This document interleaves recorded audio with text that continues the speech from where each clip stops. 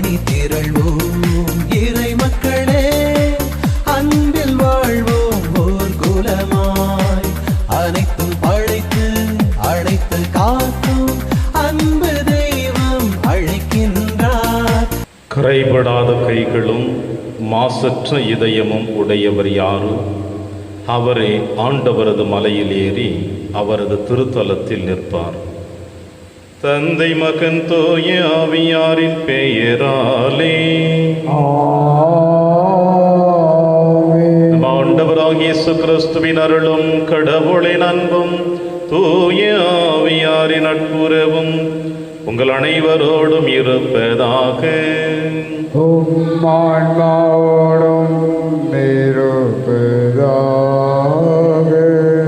கிறிஸ்து இயேசுவில் எனக்கு பிரியமான என் அன்புமிக்க சகோதர சகோதரிகளே, பிறரை குற்றவாளிகள் என்று நீங்கள் தீர்ப்பிட வேண்டாம்.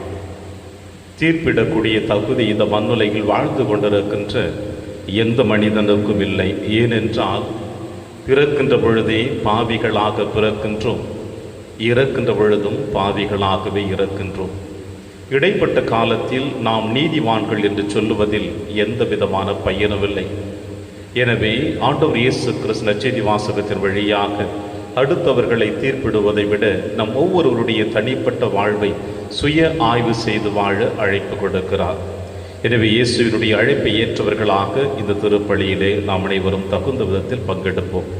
மேலும் இன்றைய நாளிலே திருவாளர் தங்கதுரை குடும்பத்தில் மரித்த மரியதாஸ், தவமணி, இன்சன்ட், லியோ இவர்களுடைய ஆண்வளை பாற்றிக்காக இந்த திருப்பலியானது திருவாளர் தங்கதுரை குடும்பத்தால் ஒப்புக் கொடுக்கப்படுகிறது.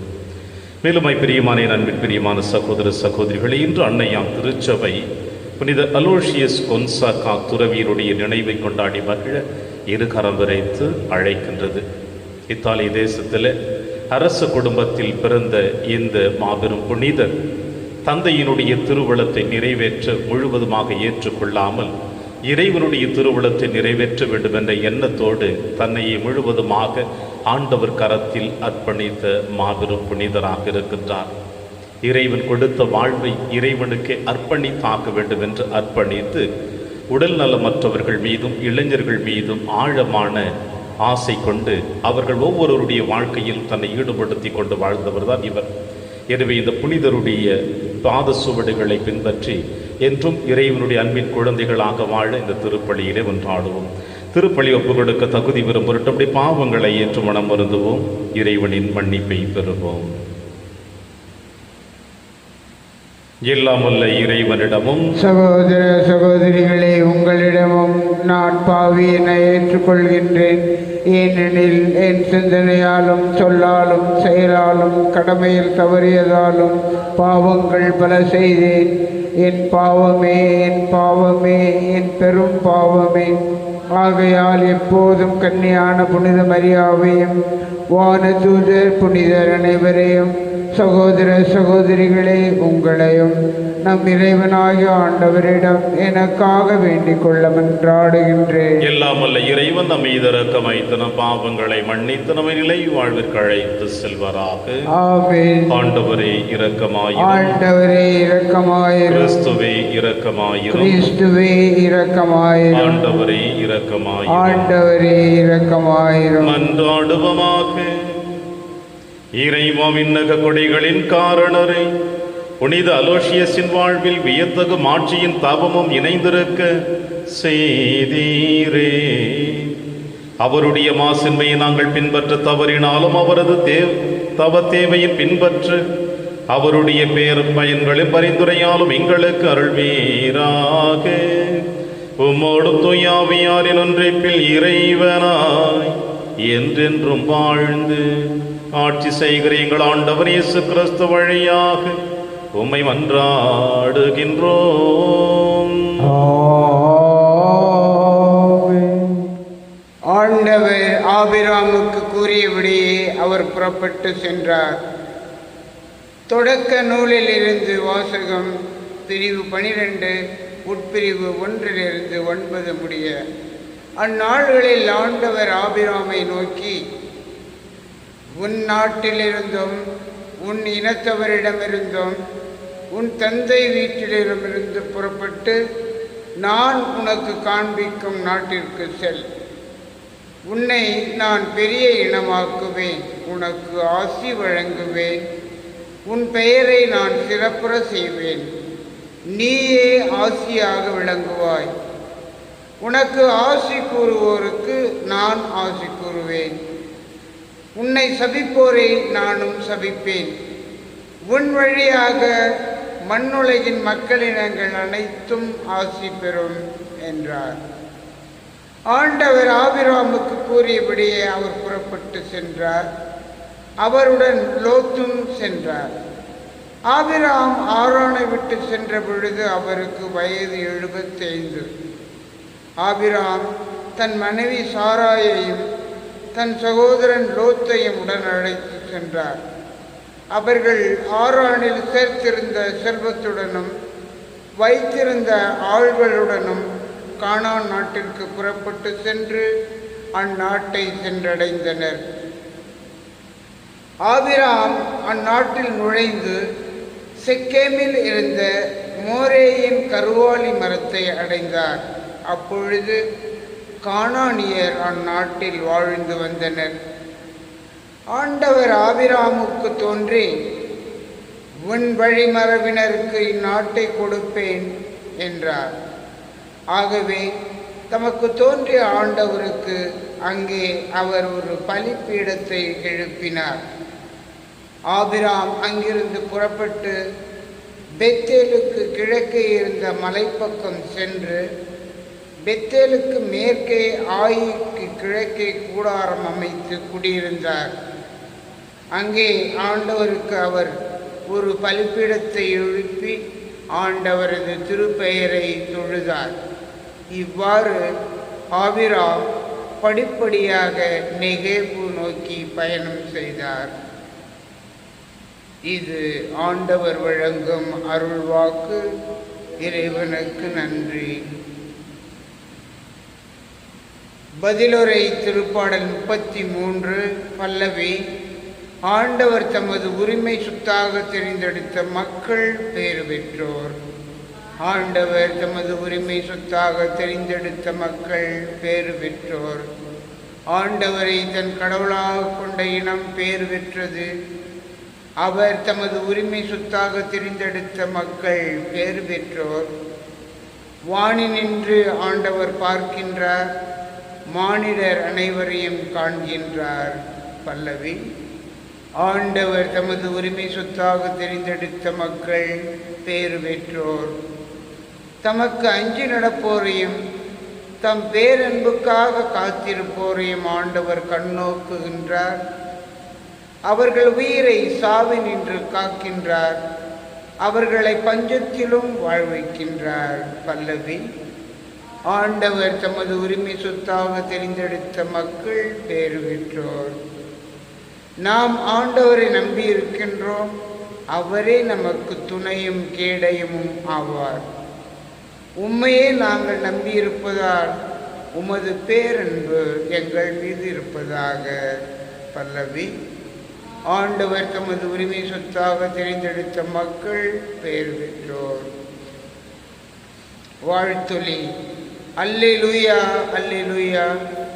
கடவுளுடைய வார்த்தை உயிர் உள்ளது, ஆற்றல் வாய்ந்தது, ஆன்மாவையும் ஆவியையும் பிரிக்கும் அளவுக்கு குத்தி ஊடுருவுகிறது. அல்லேலூயா. ஆண்டவர் உங்களோடு இருப்பாராக. ஆன்மாவோடும் இருப்பாராக. தூய மத்திய எழுதிய பரிசுத்த நற்செய்தியிலிருந்து வாசகம். ஆண்டவரே மாற்றி உமக்கே. இயேசு தம் சீடரை நோக்கி கூறியது, பிறர் குற்றவாளிகள் என தீர்ப்பளிக்காதீர்கள், அப்பொழுதுதான் நீங்களும் தீர்ப்புக்கு உள்ளாக மாட்டீர்கள். நீங்கள் அளிக்கும் தீர்ப்பையோ நீங்கள் பெறுவீர்கள்.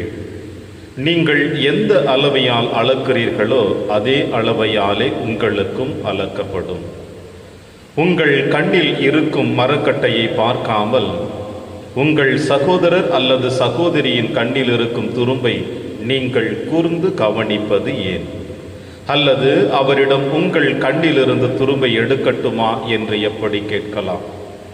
ஏதோ உங்கள் கண்ணில்தான் மரக்கட்டை இருக்கிறதே. வெளிவேடக்காரரே, முதலில் உங்கள் கண்ணிலிருந்து மரக்கட்டை எடுத்தெறியுங்கள். அதன் பின் உங்கள் சகோதரர் அல்லது சகோதரியின் கண்ணிலிருந்து துரும்பை எடுக்க உங்களுக்கு தெளிவாய் கண் தெரியும். ஆண்டவரின் அருள்வாக்கு. கிறிஸ்துவே உமக்கு புகழ்.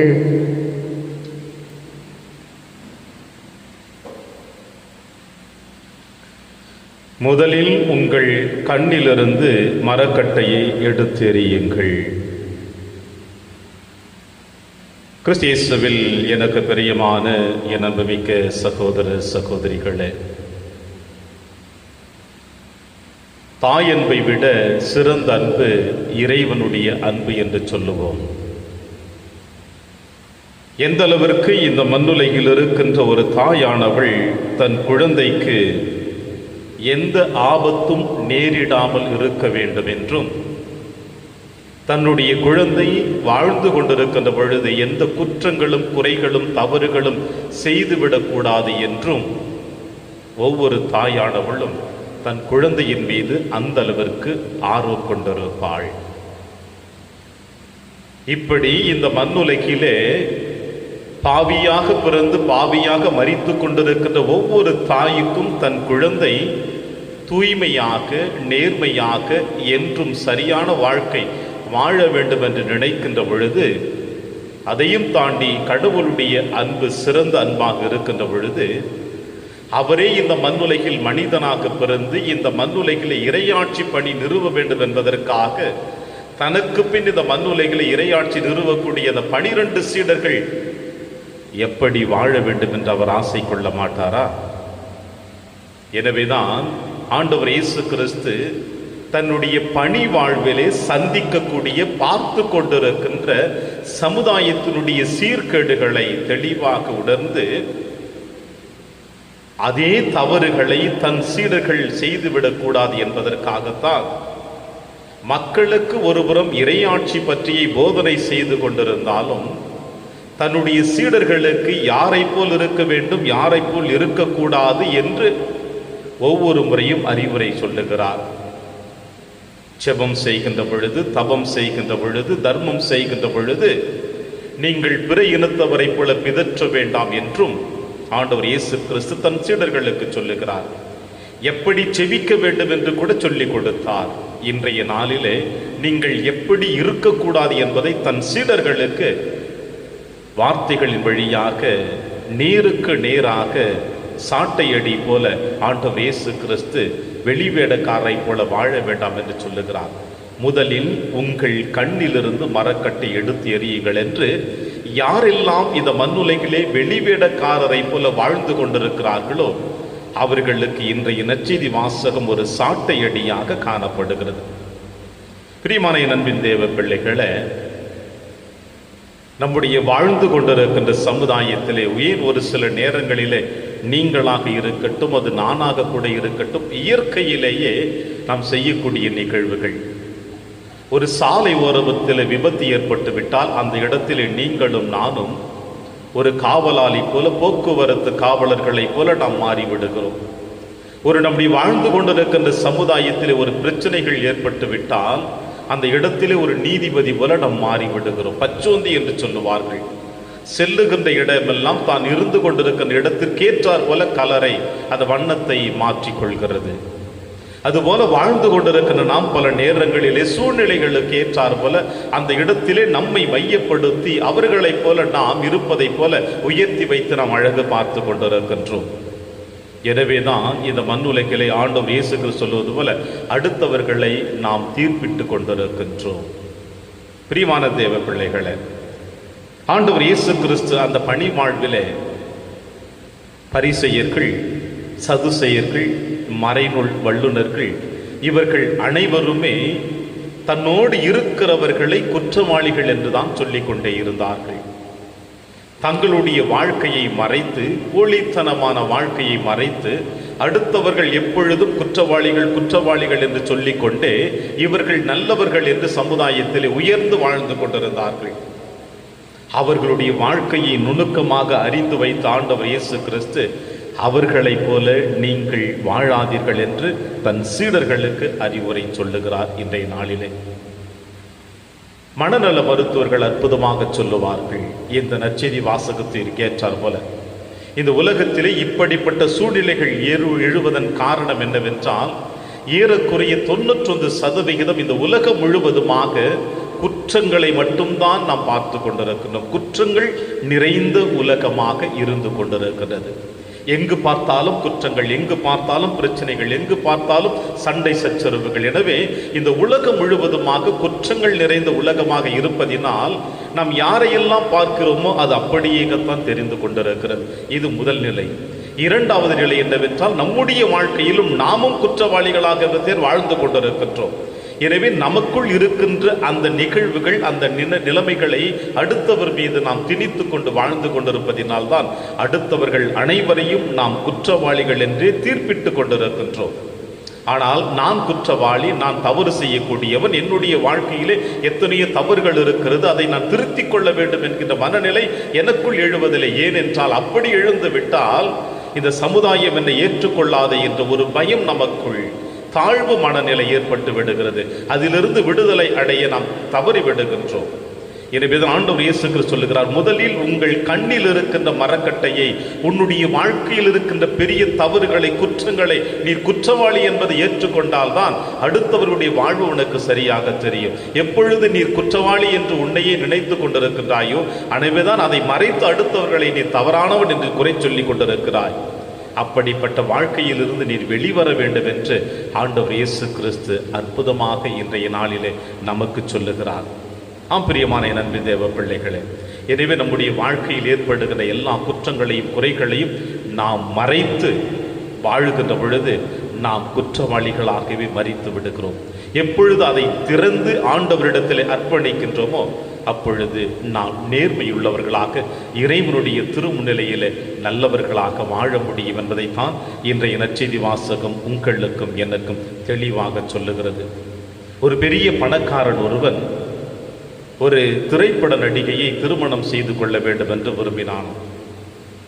எனவே அந்த திரைப்பட நடிகையை திருமணம் செய்து கொள்வதற்கு முன்னதாக இந்த திரைப்பட நடிகை பற்றி தெரிந்து கொள்ள வேண்டும் என்பதற்காக துப்பறியும் அலுவலகத்தில் சென்று அந்த திரைப்பட நடிகை பற்றி அவளை பற்றி தெரிந்து கொள்ள வேண்டும் என்று ஒரு புகார் மனு எழுதி கொடுத்து அவளை பின்தொடர ஒரு கடிதம் எழுதி கொடுத்திருக்கின்றார்.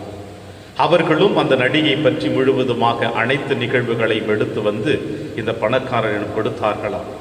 அப்பொழுது அந்த நிகழ்வுகளை எல்லாவற்றையும் இந்த பணக்காரரிடம் சொல்லுகின்ற பொழுது அவர்கள் எவ்வாறு சொல்லியிருக்கிறார்கள், அந்த திரைப்பட நடிகை மிகவும் நல்லவளாக இருக்கிறாள், அவள் எடுக்கின்ற முடிவுகள், அவள் செய்கின்ற எல்லா நிகழ்வுகளும் சரியாக இருக்கின்றது, அவளுடைய வாழ்க்கையிலே ஒரு நல்ல பெண்ணாக இருக்கிறாள். ஆனால் ஒன்று மட்டும் சமுதாயத்தில் சொல்லி கொண்டிருக்கிறார்கள், யாரோ ஒரு பெரிய பணக்காரன் எப்பொழுதுமே அந்த பெண்ணை பற்றி தெரிந்து கொள்ள வேண்டும் என்று அவள் பெண்ணை சுற்றி கொண்டிருக்கின்றானாம், அவன் சரியானவன் இல்லை என்பதை மட்டும்தான் இந்த சமுதாயம் சொல்லுகிறது என்று சொன்னார்களாம்.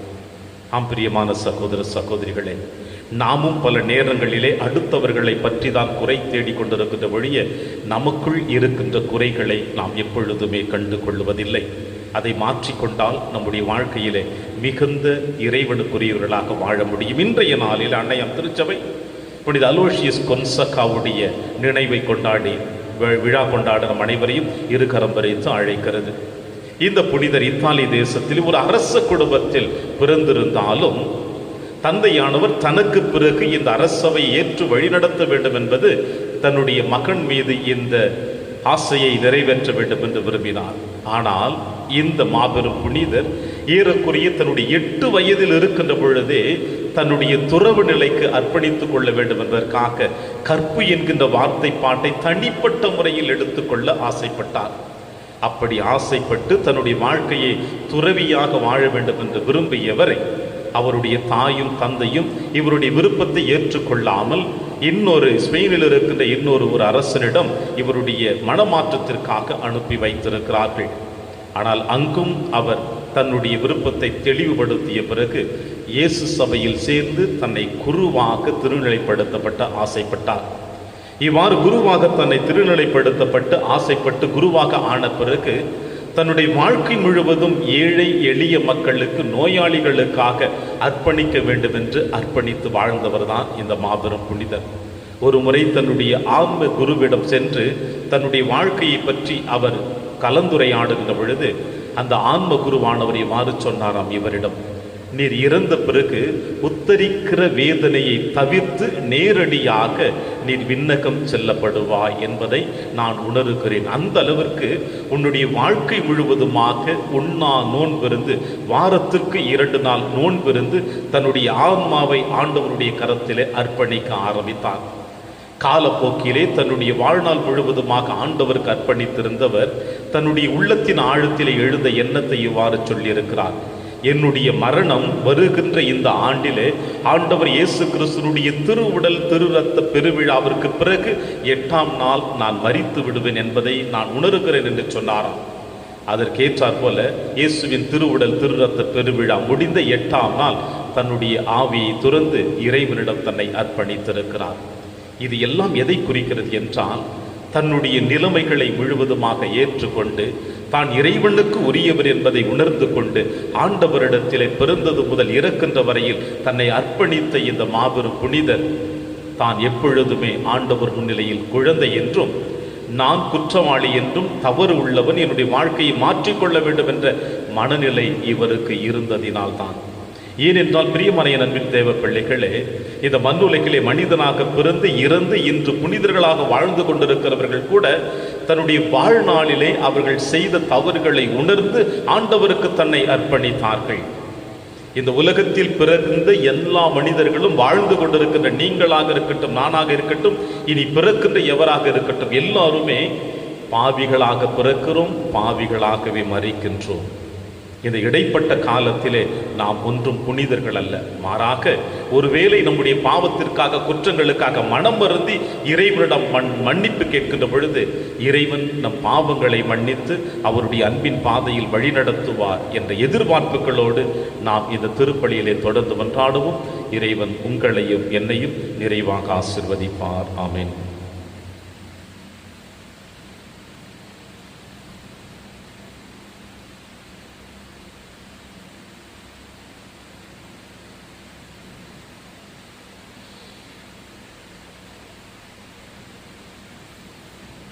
ஆண்டவரை அனைத்துலகின் நிறைவா நீர் வாழ்த்த பெறுவீராக. ஏனெனில் வல்லமையிலிருந்து நாங்கள் அப்பத்தை பெற்றுள்ளோம்.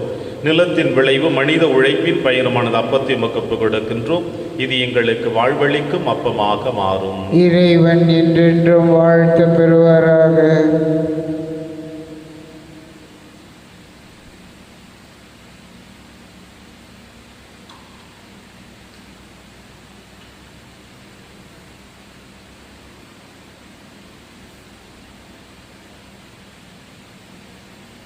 ஆண்டவரை அனைத்துலகின் நிறைவா நீர் வாழ்த்த பெறுவீராக. ஏனெனில் வல்லமையிலிருந்து நாங்கள் ரசத்தை பெற்றுள்ளோம். திராட்சை செடிய மனித உழைப்பின் பயன்மான ரசத்தை உமக்கு கொடுக்கின்றோம்.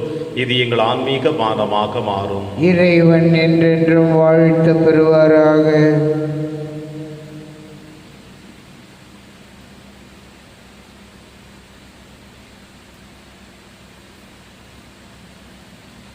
சகோதர சகோதரிகளை, என்னுடையதும் உங்களுடையதுமான இப்பலி எல்லாமுள்ள தந்தையாக இறைவனுக்கு ஏற்றதாகும்படி செபியுங்கள். ஆண்டவர் தமது பெயரின் புகழ்ச்சிக்காகவும் ஆட்சிக்காகவும் நமது நன்மைக்காகவும் புனித திரு அவை அனைத்தின் நலனுக்காகவும் உமது கையிலிருந்து இப்பலியை ஏற்றுக்கொள்வாராக. ஆண்டவரை புனித அலோசியஸின் எடுத்துக்காட்டை பின்பற்றி நாங்கள் எப்பொழுதும் திருமண ஆடை அணிந்தவர்களாய் விண்ணக விருந்தில் பங்கு கொள்ள செய்தருளும். இவ்வாறிய மறை நிகழ்வில் பங்கேற்பதால் நாங்கள் உமது அருள் செல்வங்களை நிறைவாக பெற்றுக்கொள்வோமாக. எங்கள் ஆண்டவராகிய கிறிஸ்து வழியாக உம்மை மன்றாடுகின்றோம். ஆண்டவர்களோடு இருப்பாராக. ஆன்மாவோடும் இருப்பாராக. இதயங்களை மேலே எழுப்புங்கள். ஆண்டவரிடம் எழுப்பியுள்ளோம். இறைவனாகிய ஆண்டவருக்கு நன்றி கூறுவோம். அது தகுதியும் நீதியுமானது. ஆண்டவரை தூயவரான தந்தையை என்றும் உள்ள எல்லாம் அல்ல இறைவா, என்னாலும் எவ்விடத்திலும் நாங்கள் உமக்கு நன்றி செலுத்துவது மெய்யாகவே தகுதியும் நீதியுமாகும். எங்கள் கடமையும் மீட்புக்குரிய செயலுமாகும். ஏனெனில் விண்ணரசுக்காக கிறிஸ்துவுக்கு தங்களையே அர்ப்பணித்த புனிதர்களில் உமது வியத்தகு பராமரிப்பை கொண்டாடுவதும் உம்மை போற்றி புகழ்வதும் தகுமே. உமது இந்த பராமரிப்பினால் நீர் மனிதரை தொடக்கத்தில் இருந்த புனித நிலைக்கு மீண்டும் அழைத்து செல்கின்றீர். இப்புத்துலகில் கிடைக்க இருக்கும் அருட்கொடைகளை இவ்வுலகிலேயே பெற்று அனுபவிக்க அவர்களை வழிநடத்துகின்றீர். ஆகவே புனிதர் வானதூதர் அனைவரோடும் சேர்ந்து நாங்கள் உம்மை புகழ்ந்தேத்தி முடிவின்றி சொல்லுவதாவது: தூயவர் தூயவர் தூயவர், வான்படைகளின் கடவுளாம் ஆண்டவர், விண்ணகமும் மன்னகமும் உமது மாட்சியால் நிறைந்துள்ளன. உன்னதங்களிலே ஓசன்னா. ஆண்டவர் பெயரால் வருகிறவர் ஆசி பெற்றவர். உன்னதங்களிலே ஓசன்னா.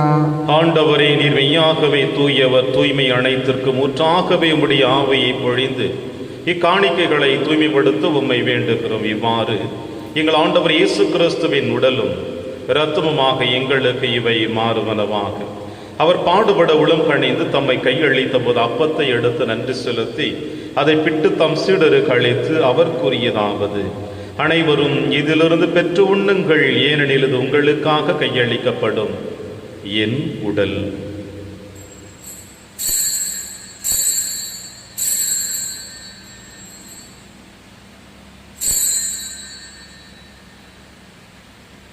அவன் நம்மை இரவு விருந்தை அருந்திய பின் கிண்ணத்தையும் எடுத்து மீண்டும் நன்றி கூறி தம் சீடர்களுக்கு அளித்து அவர் கூறியதாவது: அனைவரும் இதிலிருந்து பெற்று பருகுங்கள், ஏனெனில் இது புதிய நிலையான உடன்படிக்கைக்குரிய என் இரத்தத்தின் கிண்ணம்.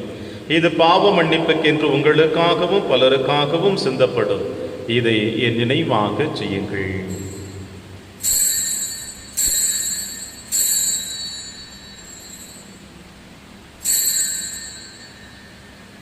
நம்பிக்கையின் மறைபொருள். ஆண்டவரே, நீர் வருமளவும் உமது இறப்பினை அறிக்கையிடுகின்றோம், உமது உயிர்ப்பினையும் எடுத்துரைக்கின்றோம். ஆகவே ஆண்டவரே, நாங்கள் கிறிஸ்துவின் இறப்பினையும் உயிர்ப்பினையும் நினைவு கூர்ந்து வாழ்வதரும் அப்பத்தையும் மீட்பளிக்கும் கிண்ணத்தையும் உமக்கு கொடுக்கின்றோம். உம் திருமணம் உமக்கு ஊழியம் புரிய தகுந்தவர்களினை எங்களை ஏற்றுக்கொண்டீர். எனவே உமக்கு நன்றி செலுத்துகின்றோம். மேலும் கிறிஸ்துவின் உடலிலும் இரத்தத்திலும் பங்கு கொள்ளும் எங்களை தூய ஆவியார் ஒன்று சேர்க்க வேண்டும் என உம்மை தாழ்மையுடன் மன்றாடுகின்றோம். ஆண்டவரே, உலகெங்கு பரவி இருக்கும் திரு அவை நினைவு கூர்ந்தருளும். எங்கள் திருத்தந்தை பிரான்சிஸ், எங்கள் ஆயர் ஆண்டனி சுவாமி, எல்லா திருநிலையினராக அனைவரோடும் உமது திரு அவை அன்பில் நிறைவு பெற செய்தருளும். தந்தையே, நீர் உழுதும் அழைத்து கொண்ட மரியதாஸ், தவமணி, என்சன், லியோ என்னும் அடியார்களை நினைவு கூர்ந்தருளும். உம் திருமகனோடு அவரது இறப்பில் இணைக்கப்பட்டிருந்த இவர்கள் உயிர்ப்பிலும் அவரை போல் இருக்க செய்தருளும். மேலும் உயிர்த்தெழும் எதிர்நோக்குடன் துயில் கொள்ளும் எங்கள் சகோதர சகோதரிகளையும் இறந்தோர் அனைவரையும் இரக்கத்துடன் நினைவு கூர்ந்து திருமகளில் ஏற்றருளும். எங்கள் அனைவர் மீதும் இரக்கமாயிரும்.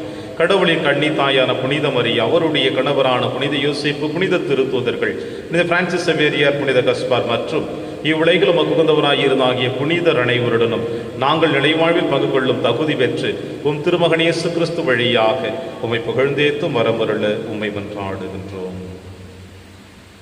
இவர் வழியாக இவரோடு இவரில் எல்லாம் அல்ல இறைவனாகிய தந்தையே, தூய ஆவியாரின் ஒன்றைப்பில் எல்லா புகழும் ஆட்சியும் என்றென்றும் உமக்கு உரியதே. ஆமென், ஆமென், ஆமென்.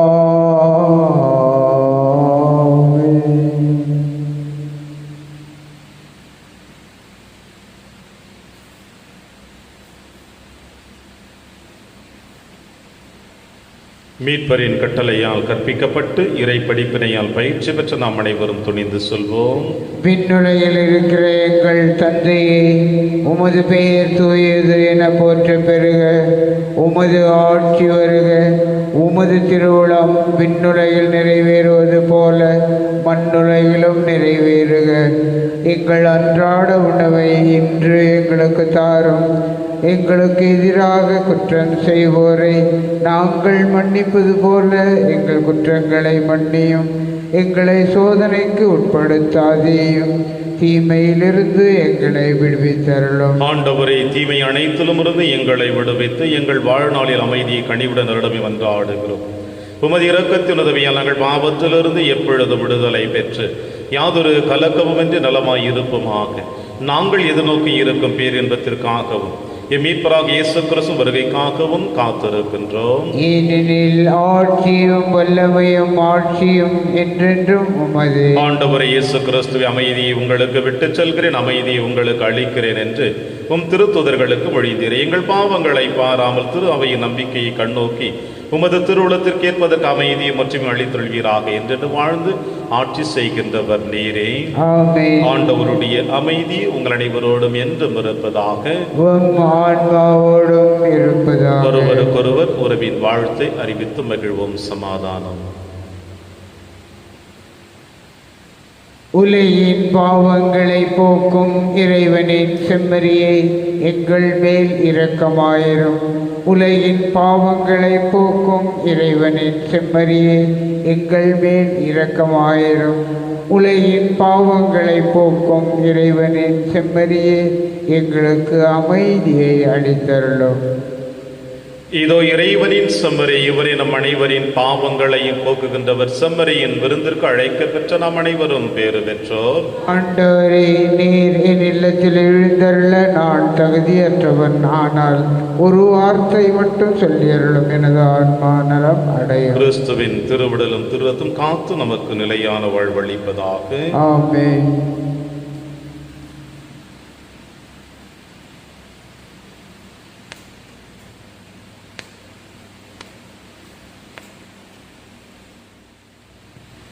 கிறிஸ்துவின் ஆன்மாவே என்னை புனிதமாக்கும். கிறிஸ்துவின் திருவுடலே என்னை மீட்டருளும். கிறிஸ்துவின் திரு இரத்தமே எனக்கு எழுச்சியூட்டும். கிறிஸ்துவின் விழாவின் தண்ணீரே என்னை கழுவிடுமே. கிறிஸ்துவின் பாடுகளே என்னை தேற்றிடுமே. ஓ நல்ல இயேசுவே, எனக்கு செவிசாயும். உம் திருக்காயங்களுள் என்னை மறைத்தருளும். உம்மிடமிருந்து என்னை பிரிய விடாதேயும். தீய பகையோடமிருந்து என்னை காத்தருளும். எனது இறப்பின் வேளையில் என்னை அழைத்தருளும். உம்மிடம் வர எனக்கு கட்டளையிட்டருளும். புனிதர்களோடு எக்காலமும் உம்மை புகழ செய்யும். ஆமென். அவர்களுக்கு வானத்து உணவை வழங்கினார், விண்ணோரின் உணவை மனிதன் உண்டான். நன்றி கூறி மன்றாடுவோமாக. ஆண்டவரை, வானக தூதர்களின் உணவால் ஓட்டம் பெற்ற நாங்கள் தூய வாழ்வால் உமக்கு ஊழியம் புரிய செய்தருளும். இன்று நாங்கள் வழங்கும் புனித அலோசியஸ் எடுத்துக்காட்டை பின்பற்றி உமக்கு என்றும் நன்றி உண்டவர்களாய் விளங்க அருள் புரிவீராக. எங்கள் ஆண்டவராகிய கிறிஸ்து வழியாக உம்மை மன்றாடுகின்றோம். ஆண்டவர் உங்களோடு இருப்பாராக.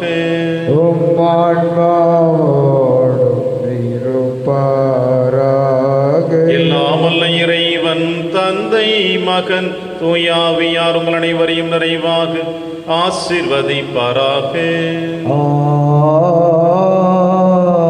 சென்று வாழுங்கள், திருப்பலி நிறைவேறிற்று.